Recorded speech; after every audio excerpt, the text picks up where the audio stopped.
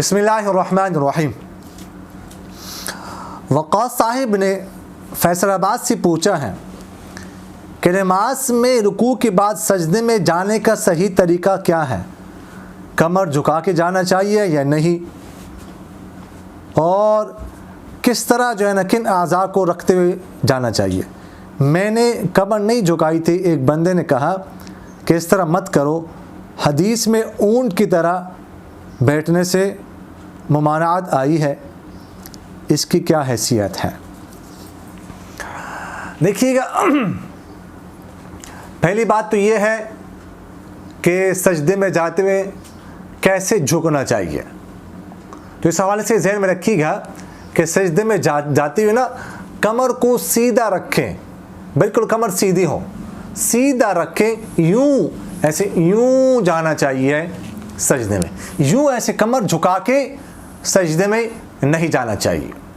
इस तरह उठते हुए कमर यूं ऐसे जो है ना वो सीधे करके उठना चाहिए। यूं ऐसे उठना, ऊपर आना, ये सही तरीका नहीं है। एक तो ये कमर यानी नीचे जाने और ऊपर जो है ना वो उठने के हवाले से बात हो गई। दूसरी बात ये है कि सजदे में जाते हुए पहले घुटने रखने चाहिए, उसके बाद हाथ रखने चाहिए, उसके बाद नाक रखनी चाहिए और उसके बाद पेशानी रखनी चाहिए।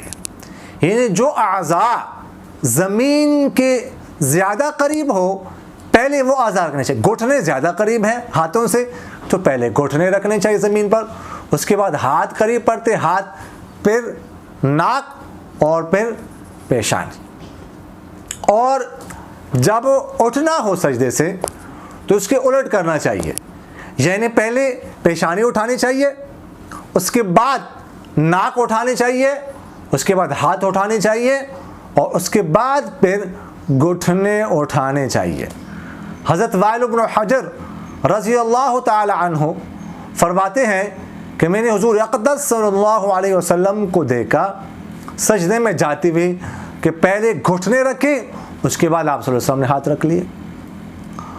और ये जो आपने सवाल किया है, इसमें जो आपने फरमाया है कि मुझे किसी ने कहा कि इस तरह ऊंट की तरह मत बैठो सजदे में, ये बात सही है कि हुज़ूर अक़दस सल्लल्लाहु अलैहि वसल्लम ने ऊंट की तरह बैठने से, यानी ऊंट की तरह सजदे में जाने से, जैसे ऊंट बैठता है इस तरह सजदे में जाने से मना फरमाया। ये हदीस शरीफ में आता है, लेकिन ये रिवायत हमारे ख़िलाफ़ नहीं है।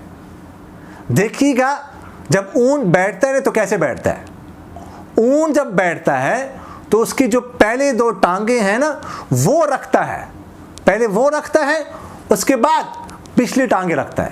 वो जो अगली टांगे हैं ऊंट की वो उसके हाथ कहलाते हैं, उसके बाजू कहलाते हैं, और जो पिछली टांगे उसके पाँव कहलाते हैं।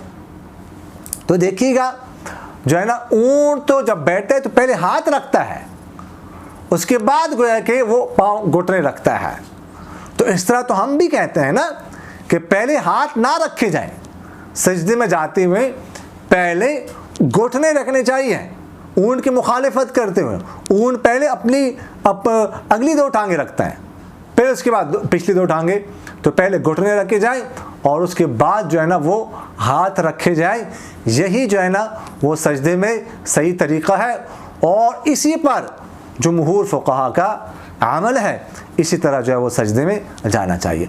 अक़ूलु क़ौली हाज़ा अस्तग़फ़िरुल्लाह ली व लकुम व लिसाइरिल मुस्लिमीन फ़स्तग़फ़िरूहु इन्नहु हुवल गफ़ूरुर रहीम।